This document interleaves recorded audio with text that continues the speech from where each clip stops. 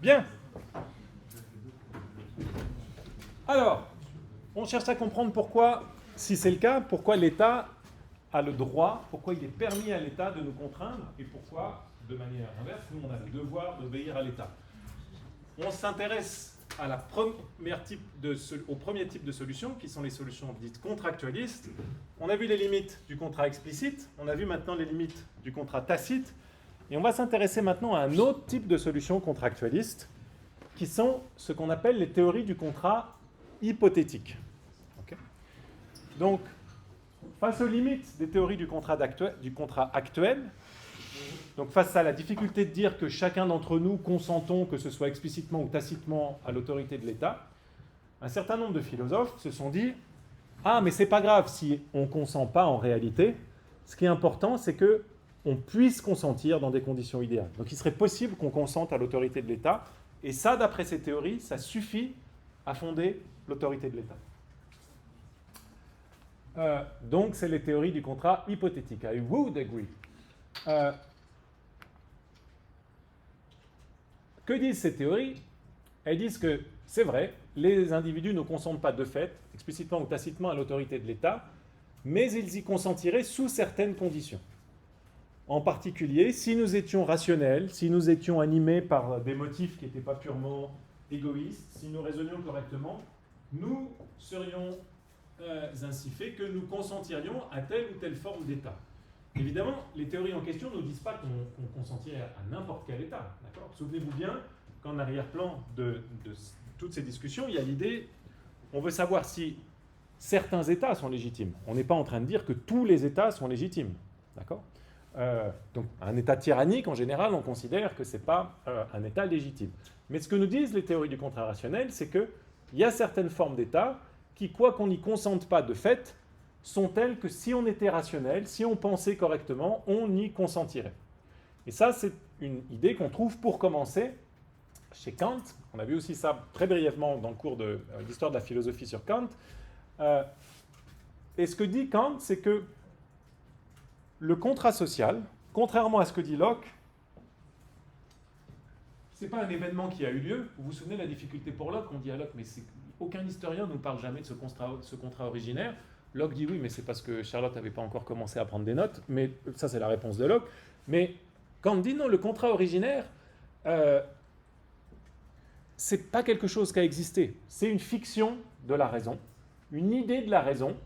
Mais cette idée-là, le fait qu'il puisse y avoir un tel contrat, ça contraint le législateur, la personne qui a le pouvoir, à ne promulguer que des lois auxquelles pourraient consentir tous les citoyens. Vous voyez bien le conditionnel ici qui est important. C'est si vous avez du pouvoir, vous êtes l'État, le souverain, vous devez raisonner de la manière suivante, vous ne devez pas chercher le consentement express ou tacite des personnes autour de vous, mais vous devez faire des lois qui sont telles que tout individu rationnel pourrait souscrire à ces lois-là.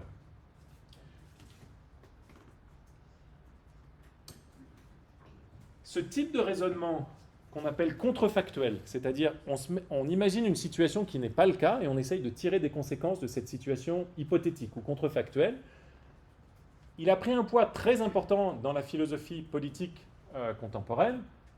L'auteur principal en philosophie politique contemporaine, qu'on étudiera encore une fois quand on parlera de justice sociale, c'est John Rawls, qui a vraiment polarisé les débats autour de cette théorie de la justice. Que fait Rawls? Je ne vous le dis pas maintenant encore, mais en tout cas, il y a une notion centrale chez Rawls, qui est une expérience de pensée, qui est de dire, supposez que vous soyez dans une situation hypothétique, puis il décrit cette situation, ce qu'il appelle la position originelle. En gros, la situation, elle consiste à dire, vous n'avez aucune idée de vos propres capacités, vous n'avez aucune idée de qui vous êtes, et vous n'avez aucune idée de qui vous serez dans la société que vous êtes en train de dessiner. On est en train de trouver des principes de justice pour la société en question. Donc on imagine qu'on réfléchit dans l'abstrait. On ne sait pas si on va être président, professeur, plombier, infirmier, peu importe quoi. On ne sait pas nos capacités, on ne sait pas si on est bête, intelligent, grand, petit, fort, faible, en bonne santé, malade. On ne sait rien de tout ça. Et on doit dessiner des principes de justice. C'est-à-dire quelles sont les choses qui vont faire que la société dans laquelle on va vivre sont justes. D'accord ? Vous voyez que c'est exactement le même type de raisonnement que Kant avait le premier suggéré, de dire pour savoir ce qui est effectivement juste politiquement, ce qui est effectivement légitime politiquement, ce qui n'est pas la même chose, mais on s'intéresse ici à la légitimité, il faut imaginer une situation qui n'est pas le cas, mais dans laquelle on raisonne en faisant abstraction d'un certain nombre typiquement d'intérêts personnels pour arriver à des considérations qui sont parfaitement générales, universalisables, comme dit Kant.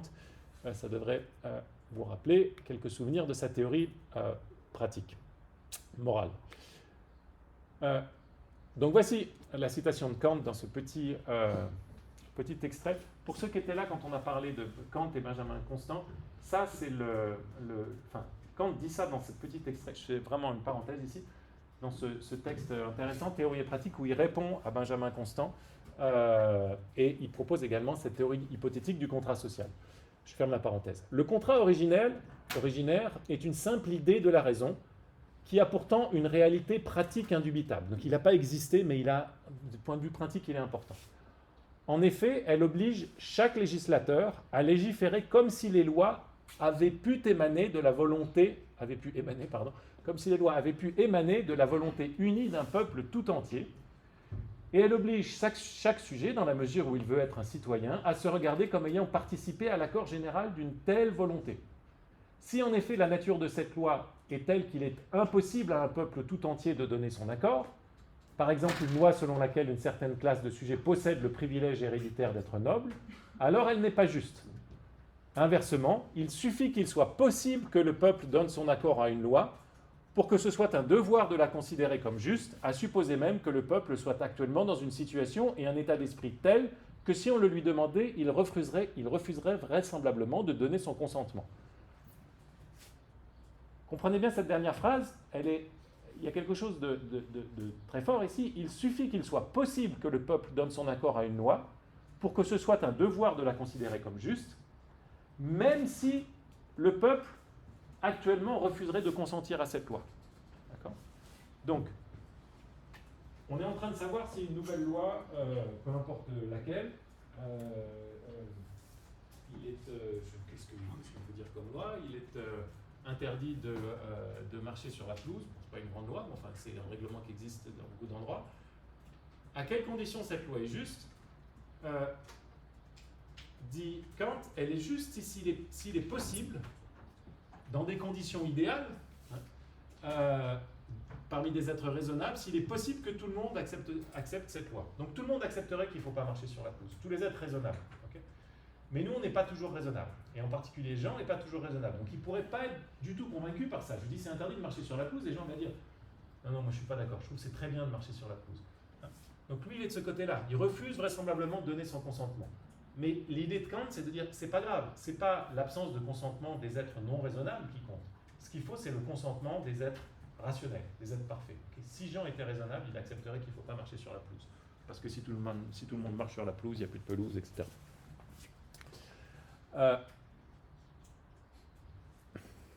Bien, alors que dit la théorie du contrat hypothétique en réponse au problème de l'autorité de l'État ? Je pense que vous l'avez vu maintenant. J'arrive tout de suite, Jean. Elle nous dit l'État a le droit de nous contraindre, non pas parce que nous y avons consenti, mais parce que nous aurions pu consentir à son autorité. Okay ? Et ça, d'après cette théorie, c'est la différence entre l'État et Marie l'écologiste, Marc le justicier et Cornélia la protectionniste. Parce qu'on n'aurait pas pu consentir à ce que Marie l'écologiste nous force à payer ses éoliennes ou à ce que Mac le justicier nous force à payer son action pour mettre en prison les délinquants. Okay ? Donc on aurait pu consentir à ça. Jean. En fait, avant, dans la situation précédente, c'était écrit juste, mais juste, je ne comprends pas tellement dans quel sens on entend le juste. C'est dans le sens de contrer de l'injuste ou nécessaire ou bien... Alors, j'étais embêté pour la raison que vous soulevez maintenant, parce que parle de justice. Non, vous avez le droit de poser la question. On va parler de justice sociale après. C'est une grande question de savoir qu'est-ce qu'on appelle juste. D'accord ? Chacun selon son dû, il y a tout un tas de grandes théories de la justice. Certaines qui disent que la justice sociale, ça ne veut rien dire, d'autres qui disent que la justice sociale, c'est central, comme Rawls. Donc, on essaye de pas... Donc, oubliez juste dans la citation précédente et prenez juste légitime à la place. Parce qu'aujourd'hui, on cherche juste, ce qui nous intéresse, nous, c'est l'autorité légitime. L'autorité, autrement dit, le pouvoir légitime de l'État. C'est ça qui nous intéresse ici. Bien. Ok, donc ça, c'est la théorie en deux mots. En deux mots, pour savoir si un État est légitime, il ne faut pas regarder si tout le monde y consent. Évidemment que tout le monde n'y consent pas. Les théoriciens du contrat hypothétique ne sont pas dupes. Tout le monde n'y consent pas, même tacitement.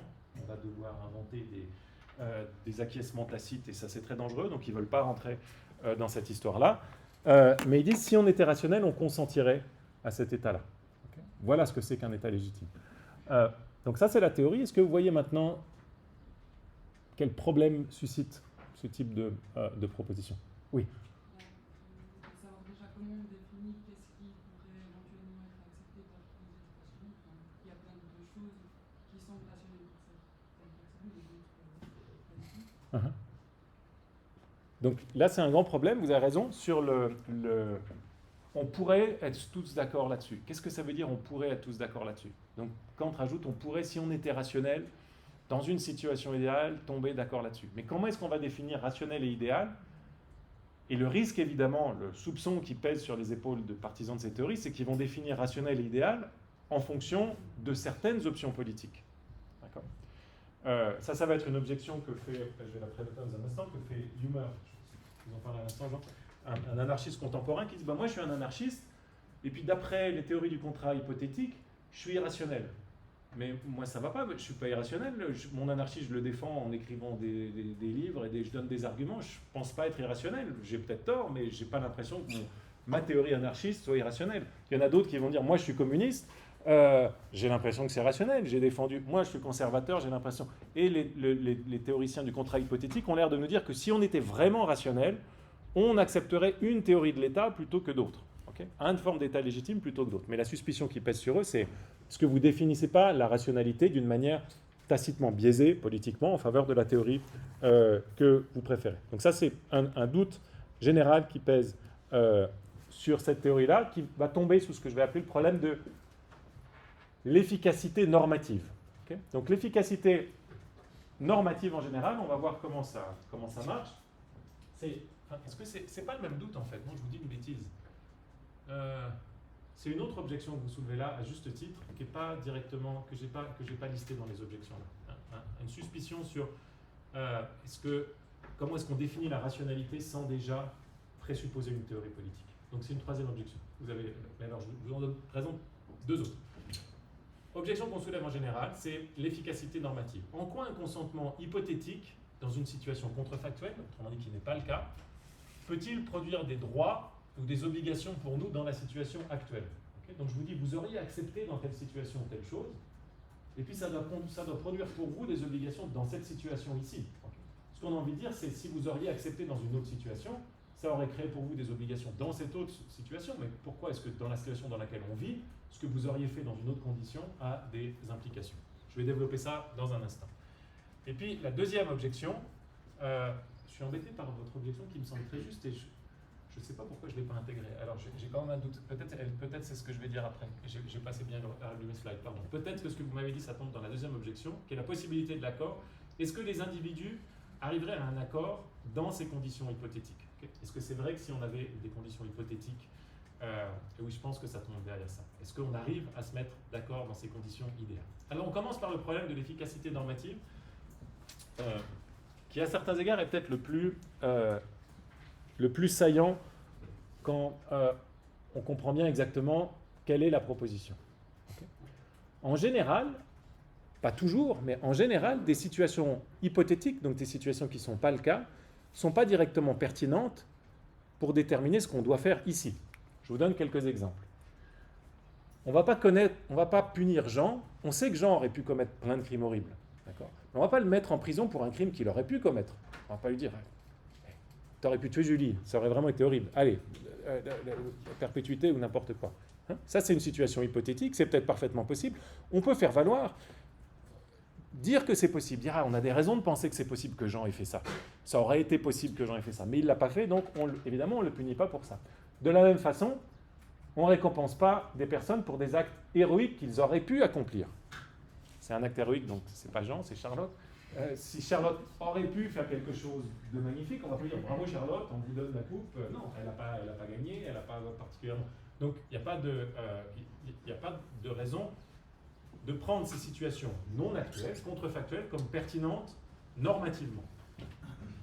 Alors ce problème général, il s'étend, et là je me rapproche de notre sujet, aux promesses hypothétiques.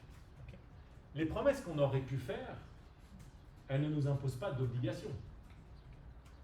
Vous ne pouvez pas dire à quelqu'un, tu me dois un café parce que dans des circonstances idéales, tu m'en aurais promis un. Ce serait bien si on pouvait dire ça. Je pourrais vous dire maintenant, vous devez tous me payer une bière parce que si vous étiez rationnel, vous m'auriez promis une bière. Non, si vous, dans le monde où vous me promettez une bière, le monde contrefactuel dans lequel vous me promettez une bière, vous avez l'obligation de me payer une bière. Mais dans ce monde-là, dans lequel vous ne m'avez pas promis de bière, vous n'avez pas l'obligation de me payer une bière. Donc la question générale qui se pose pour ce problème, pour ces théories du contrat hypothétique, c'est pourquoi des promesses, des accords, des consentements hypothétiques à un gouvernement, dans un monde idéal, devraient-ils nous imposer à nous, dans ce monde-là, des obligations?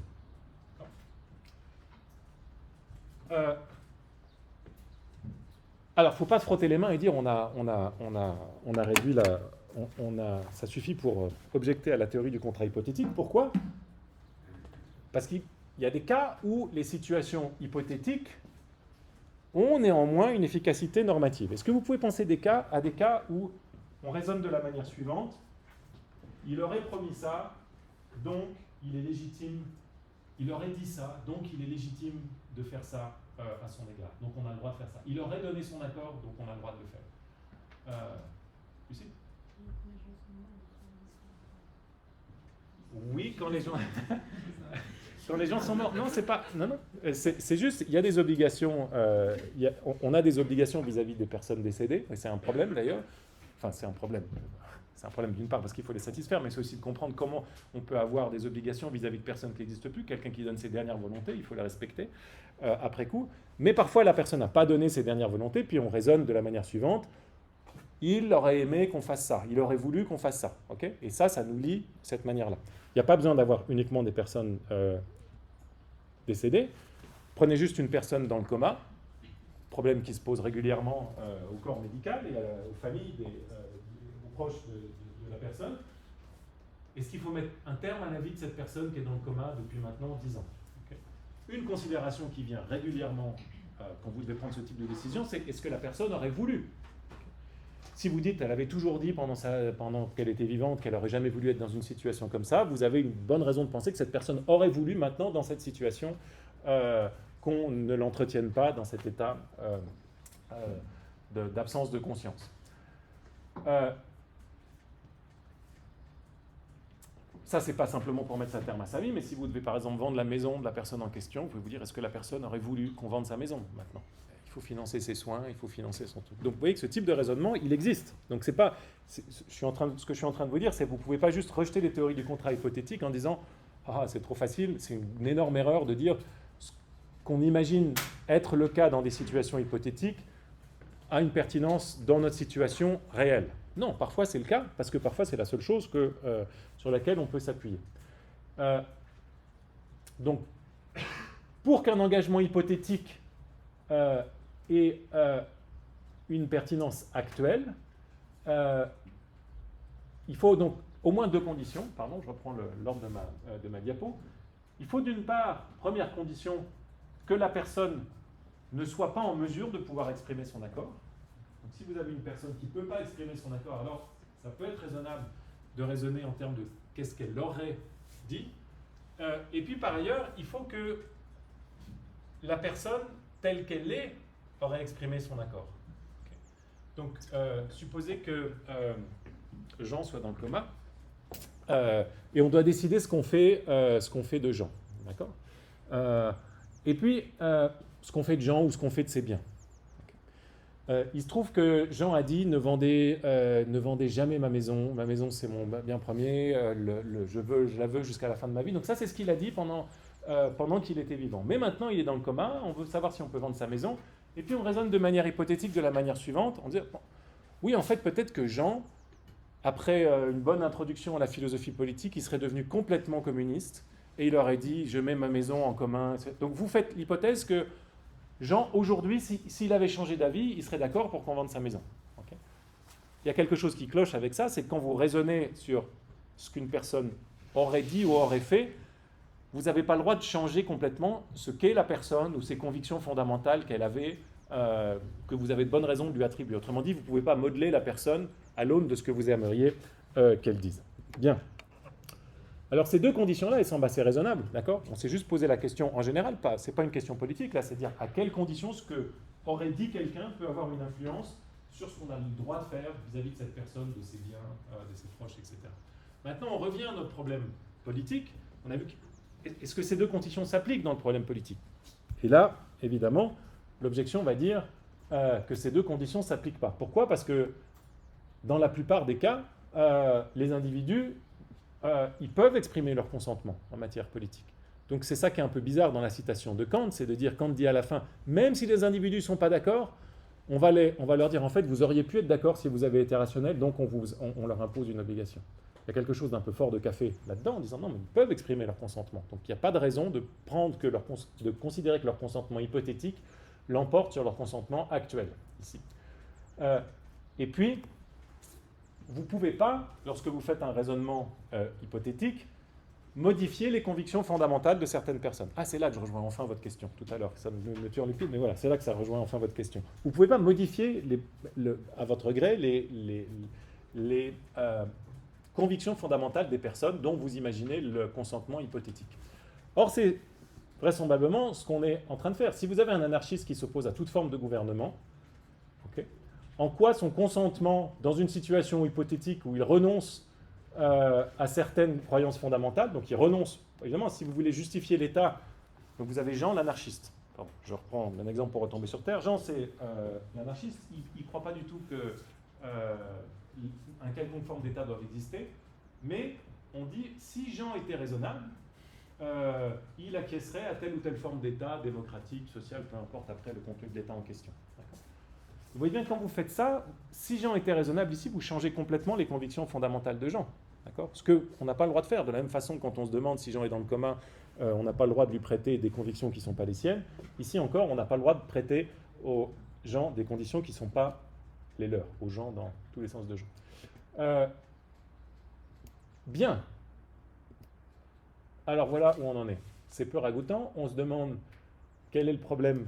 Pardon, on ne se demande pas quel est le problème, on sait quel est le problème. On se demande comment est-ce qu'on peut rendre compte du fait que l'État a le droit de nous contraindre à faire certaines choses. Contrat actuel, ça ne marche pas. On essaye autre chose, contrat hypothétique, ce à quoi on aurait été d'accord. Là encore, on a des objections importantes. Alors on va voir maintenant d'autres solutions, et en particulier les solutions démocratiques. Je vais être un peu plus rapide sur les solutions démocratiques parce que les problèmes sont assez proches de ceux rencontrés par les solutions, les théories du contrat. Donc, que disent les solutions démocratiques? La théorie démocratique simple, elle est très élégante. Elle dit que l'État est légitime parce que la majorité des citoyens consent à l'État. Et ça, d'après la théorie démocratique simple, ça vous permet de comprendre pourquoi l'État a le droit de nous contraindre, tandis que Cornelia n'a pas le droit de nous interdire d'acheter des fraises françaises. Pourquoi? Parce que la majorité des citoyens consent à l'autorité de l'État, tandis qu'on n'a pas majoritairement consenti à l'autorité de Cornelia. Vous voyez que le point important ici, c'est que c'est la majorité maintenant. Vous n'avez plus besoin que chacun consente. Vous avez juste besoin qu'une majorité accepte l'autorité de l'État. Donc vous vous débarrassez avec ça de tout le problème qui encombre les théories du contrat, parce que les théories du contrat, à chaque fois on dit « Ah, mais il y a toujours quelqu'un qui ne consent pas. Il y a toujours Jessica, elle n'est jamais d'accord, et là, donc on dit « Qu'est-ce qu'on fait avec Jessica ?» On lui met un consentement tacite dans la bouche par sa présence, ou un consentement hypothétique. À chaque fois on essaye de récupérer un consentement d'une manière ou d'une autre pour sauver la légitimité de l'État, mais il y a quelque chose d'artificiel à ça, et on a des objections qu'on a vues. Si vous êtes un partisan des théories démocratiques, vous n'avez pas ça. Jessica, elle n'est pas d'accord, mais c'est pas grave, parce que nous, la majorité, on est d'accord avec l'État. Donc ça, c'est le grand avantage des théories démocratiques, dans leur version les plus simples. Alors, est-ce que vous voyez les inconvénients, les objections à cette théorie d'État? En tout cas, je vous ai dit que vous n'avez plus le droit de répondre. Mais allez-y. Allez. Dans cette classe, on peut tous se mettre d'accord sur le fait d'extorquer 500 francs du compte de Thomas, et puis la majorité et il consentira, mais bon, je suis pas sûr que ce soit vraiment pertinent. Ouais, très bien. Donc, à partir du moment où vous avez une majorité de personnes qui décident de s'attaquer, bon, peut-être à Thomas ça passe, ou à Jean, mais si c'est Charlotte, non.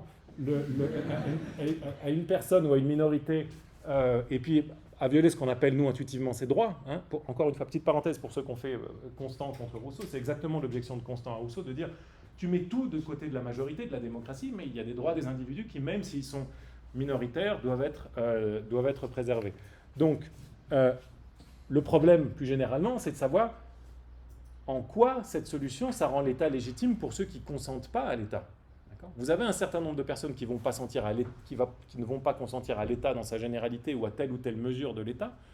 Vous avez peut-être voté contre, c'était quoi la dernière votation contre la 13e rente. Si vous avez voté en fonction des sondages, en général, c'est les personnes âgées qui ont voté pour et les plus jeunes qui ont voté contre, donc vous avez peut-être voté contre.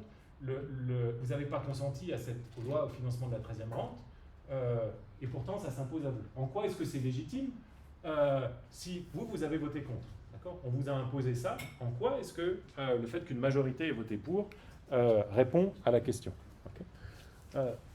Si tous les convives sont d'accord, ça c'est l'exemple que vous donniez, Lucas, si tous les convives sont d'accord pour que Julie paie le repas, ça n'implique pas que Julie doive payer le repas.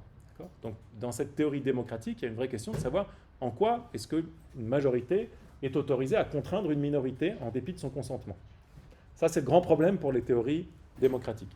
Ça ne veut pas dire que la démocratie n'est pas une solution importante et intéressante à d'autres problèmes de philosophie politique.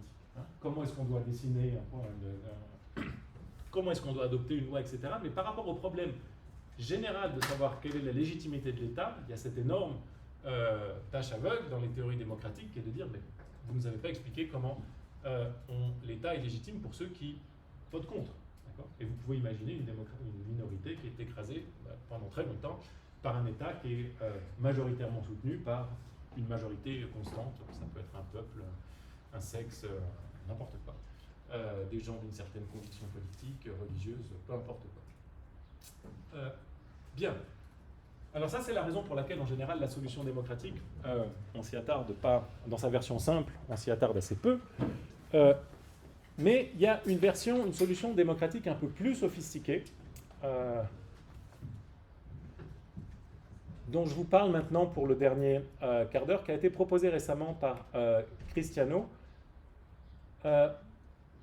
Et l'idée générale, c'est l'argument suivant. Je vous donne l'argument et vous allez réfléchir pour essayer de voir s'il y a quelque chose qui ne va pas dans cet argument. Première prémisse de l'argument de Cristiano, il ne faut pas traiter les autres membres de sa société comme inférieurs. Okay ? Donc on vit dans un groupe, il ne faut pas traiter les autres comme inférieurs à nous. Deuxième prémisse de l'argument de Cristiano, désobéir à une loi démocratique revient à placer son jugement,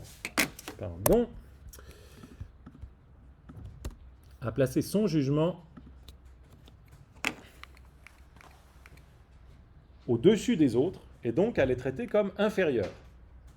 Donc il ne faut pas désobéir aux lois démocratiques. Donc, quel est l'argument ? L'argument, première prémisse, ça consiste à dire c'est pas bien de considérer que les autres sont inférieurs à nous. D'accord ? Il faut traiter les autres comme nos égaux. Deuxième argument, les autres, ou une majorité des autres, nous ont dit qu'il faut désormais faire telle ou telle chose. Okay ? Ils ont voté majoritairement pour une loi, ne pas marcher sur la pluie. Vous n'êtes pas d'accord avec ça. Mais, dit Cristiano, si vous n'êtes pas d'accord avec la loi qui a été votée, ça veut dire que vous traitez les autres comme inférieurs. Ça veut dire que vous placez votre avis au-dessus de l'avis des autres. Donc que vous les traitez comme inférieurs. Donc si vous ne voulez pas traiter les autres comme inférieurs, vous devez obéir aux lois qui ont été démocratiquement adoptées. Vous voyez l'idée ? L'idée c'est que si vous n'obéissez pas aux lois qui ont été adoptées par une majorité de personnes, alors vous traitez la majorité comme inférieure à votre avis personnel. Okay ? Et ça c'est une manière de vous placer au-dessus des autres, et c'est pas bien. Ok. Est-ce que vous êtes convaincu maintenant que c'est l'autorité de l'État ainsi légitimée ? On ne voit pas la connexion en n'étant pas d'accord avec une opinion de masse en les traitant des inférieurs. C'est comme dire que la masse, il a toujours raison. Et du coup, si je dis quelque chose d'autre, c'est comme me poser de façon arrogante, vous êtes inférieur, mais il faut voir pas forcément que ça implique ça. Je voudrais juste dire, cette décision-là, ils ne sont pas bons pour cette raison. Ouais. Le sens que je débilite complètement la majorité. Moi, je ne vois pas la connexion entre désobéir en loi et traiter comme inférieur. Je peux désobéir en loi sans penser les autres comme inférieurs, il me semble.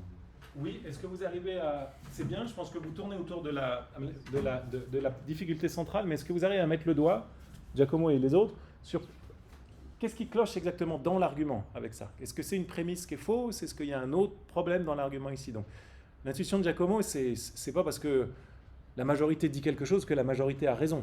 Okay, on a envie de garder cette intuition. On peut dire la majorité peut se tromper, ça arrive. Il faut espérer pas trop souvent, mais enfin, on ne voit pas d'impossibilité à ça. L'argument, il semble nous dire qu'il faut toujours suivre la majorité. Mais d'un autre côté, ça semble aussi vrai qu'il ne faut pas traiter les autres comme des inférieurs à nous. Donc, qu'est-ce qui cloche dans l'argument, Charlotte? Le désaccord, c'est pas parce qu'on est en désaccord qu'on traite les autres comme inférieurs. Donc, vous diriez, c'est la deuxième prémisse. Okay, je pense que c'est comme Giacomo, désobéir à une loi démocratique revient à placer son jugement au-dessus des autres, et donc à les traiter comme inférieurs. Donc si vous pensez que tous les autres se sont trompés en adoptant la loi, est-ce que c'est pas vrai que vous les traitez comme inférieurs à vous, parce que vous dites qu'ils se sont trompés? Si? Non, je pense pas. Non?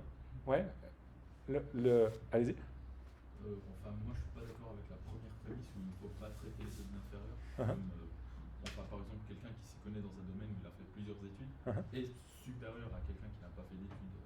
Très bien.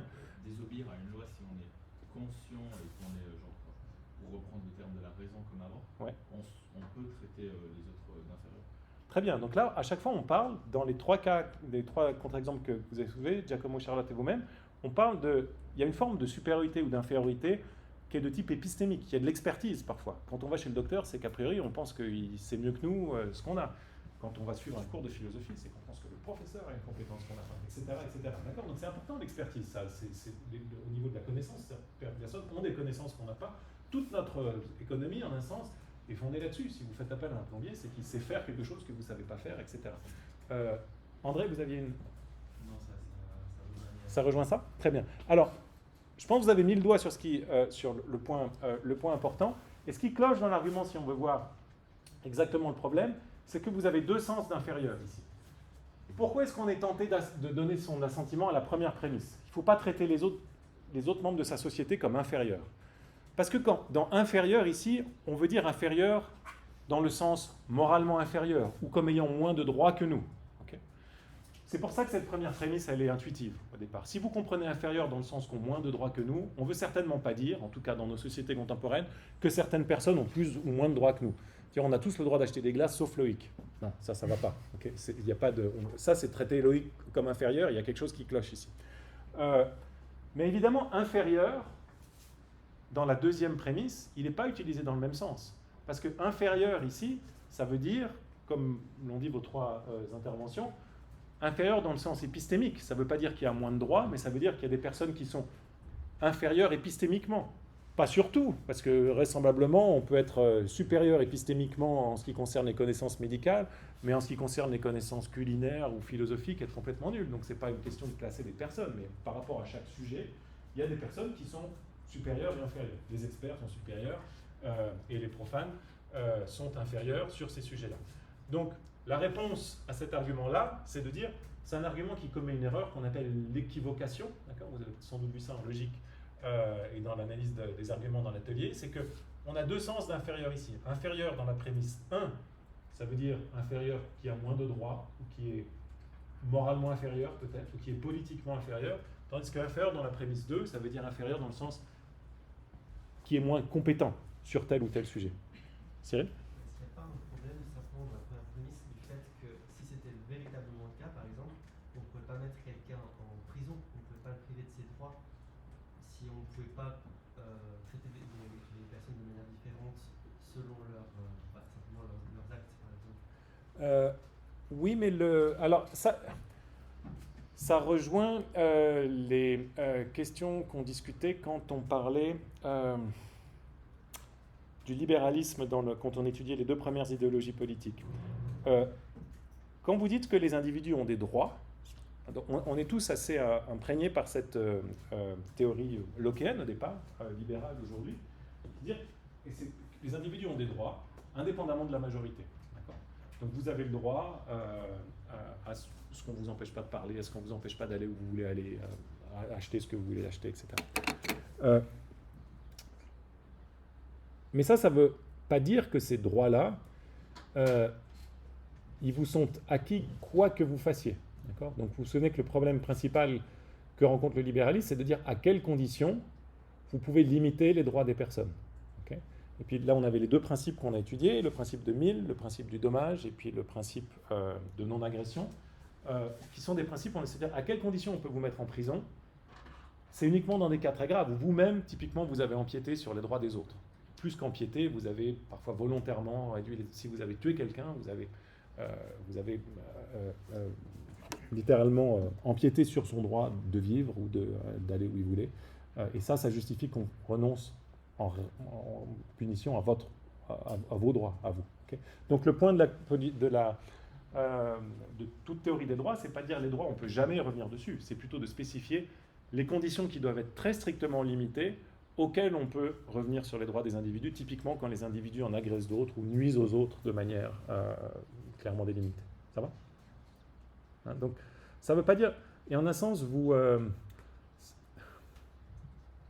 faudrait qu'on fasse... j'aurais dû faire quelque chose... on a tourné plusieurs fois autour de ça, sur les différents thèmes... Peut-être, je ne sais pas, j'aurais pas le temps de faire ça dans ce cours, mais... Il y a un chapitre intéressant de philosophie politique et de philosophie du droit qui est justifier les punitions. Okay ?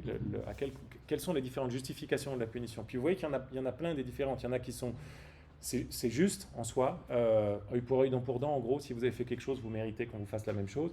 Vous en avez d'autres qui sont préventives, en disant faut vous mettre en prison parce que si vous avez tué une fois, vous risquez de retuer une deuxième fois. Vous en avez d'autres qui sont réparatrices, en disant faut vous mettre en prison parce qu'au moins ça offre une compensation aux proches de la personne que vous avez tuée. Enfin, vous avez tout un tas de justifications différentes de la punition qui impliquent des réponses différentes à la question que vous posez sur à quelles conditions vos droits peuvent être mis en péril par l'État quand vous violez la loi. Ok ? Allez-y. Ce que je voulais dire, c'est que si on prend la première prémisse contingente, ça affaiblit considérablement l'argument. Si on dit qu'il ne faut pas traiter les autres membres de la société comme inférieurs, sauf dans les conditions qui justifieraient ce traitement comme inférieur, il me semble que l'argument s'effondre. Il ne faut pas traiter... Alors, qu'est-ce qui se passe si vous dites ça il ne faut pas traiter les autres membres de la société comme inférieurs, sauf dans des conditions où ils violent les droits des autres, disons. Désobéir à une loi démocratique revient à placer son jugement au-dessous des autres et donc à les traiter comme inférieurs. Donc il ne faut pas désobéir aux lois démocratiques. Je pense qu'à ce moment-là, la conclusion sera, sauf dans les conditions où elles ont été adoptées par des individus qui violent les lois des autres, typiquement. Donc ça voudrait dire que la conclusion ici, elle vous dit, vous ne pouvez pas désobéir, il faut toujours obéir aux lois démocratiques, sauf si vous avez un ensemble, une majorité de tueurs qui ont adopté ces lois, typiquement. Okay. Donc c'est quand même une conclusion suffisamment forte pour avoir ce qu'on veut en disant, on a une restriction sur la démocratie légitime en disant, il faut que ce soit des personnes qui aient eu le droit de vote, typiquement, puis là vous dites le droit de vote, il faut que ça satisfasse certaines conditions. Donc on a quand même une conclusion suffisamment forte pour légitimer la plupart des États, je pense, si on fait ça.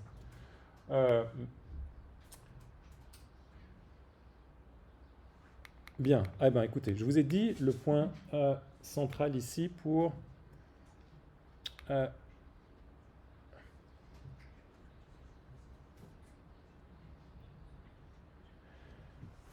l'objection à cette version plus sophistiquée de la légitimation politique de l'État. Donc, on ne va pas faire plus long sur la démocratie comme réponse au problème de la légitimité de l'État.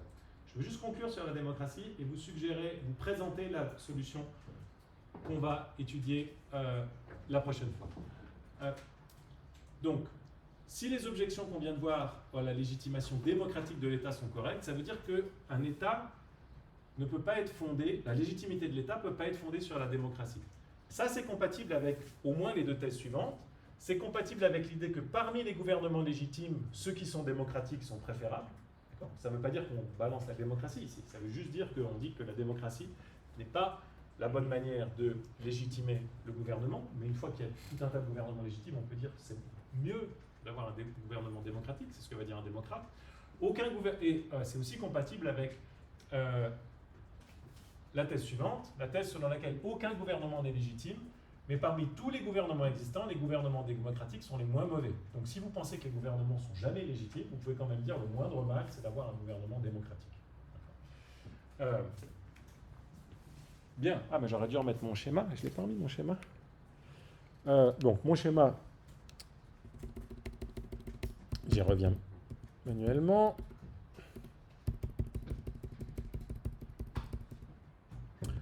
OK. Donc, on a exclu toutes les théories du contrat. On a exclu un peu rapidement les solutions démocratiques, mais les problèmes sont assez évidents. Les solutions qu'on va voir à partir de maintenant, c'est ce qu'on appelle les théories du fair play. Okay.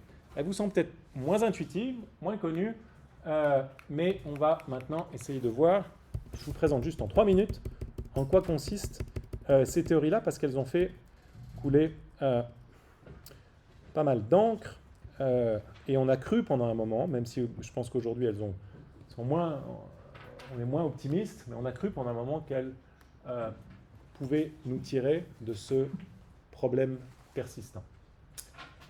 À savoir le problème d'expliquer pourquoi l'État a le droit de nous contraindre et pas cornélien. La proposition générale, c'est la suivante. Si plusieurs personnes se lancent dans une initiative qui bénéficie à toutes, y compris aux personnes qui ne se lancent pas dans cette initiative, alors cette dernière ont un devoir d'y participer.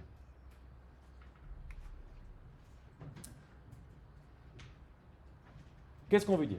Vous avez un certain nombre de personnes, on les appelle les A ici, qui entreprennent, qui coopèrent socialement et qui se lancent dans un grand et beau projet. Okay. Pour faire ça, ils doivent renoncer à un certain nombre de leurs libertés, typiquement par consentement. Ils se sacrifient à faire un certain nombre de choses. Okay. Donc on prend toute cette moitié de la classe, là, tout ça, vous vous mettez ensemble, puis vous commencez à faire un truc super. Vous commencez à faire de la musique. Au début, ça casse les oreilles à l'autre moitié de la classe, puis petit à petit, vous vous entraînez, puis ça devient de plus en plus. Ça vous prend beaucoup de temps, il faut acheter des instruments, ça vous mange vos week-ends. Et puis nous, de ce côté, au début, ça nous casse les oreilles, mais au bout d'un moment, on bénéficie du fait que vous fassiez très bien de la musique. Okay, ça vous a beaucoup coûté de faire ça, et nous, on est très heureux de vous entendre. Donc nous, les B, de ce côté de la classe, on accepte les bénéfices. On vous écoute et on en tire du bénéfice. La conclusion des théories du fair play, c'est que nous, maintenant, étant donné qu'on bénéficie du fait que vous avez appris à bien jouer de la musique, on doit contribuer à votre effort de faire de la musique. Soit en vous aidant à acheter des instruments, soit on fait le ménage le samedi pendant que vous allez répéter, peu importe comment, d'accord ? Mais on doit contribuer à cet effort collectif.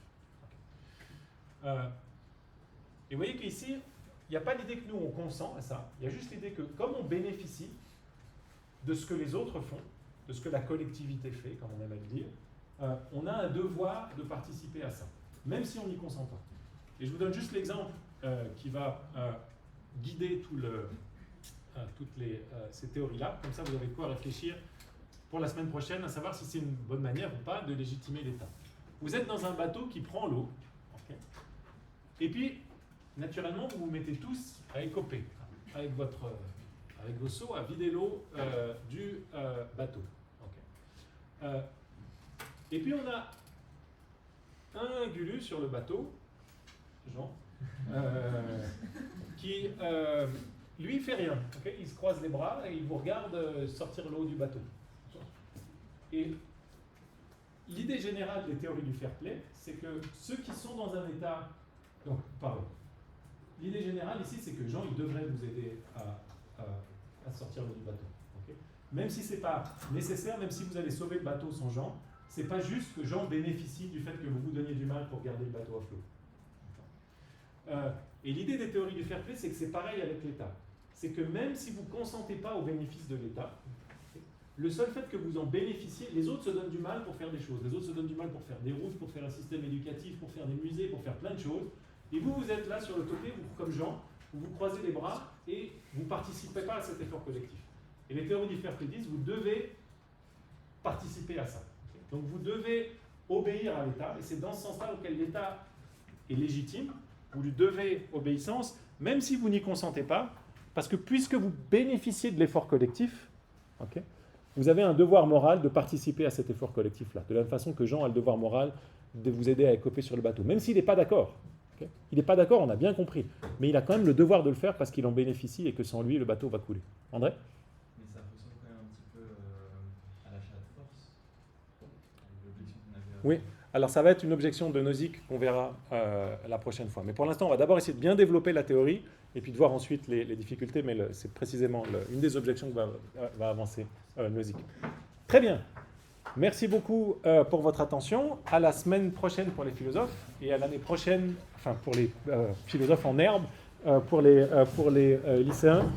Je mets tout ça en ligne dès cet après-midi. Au revoir.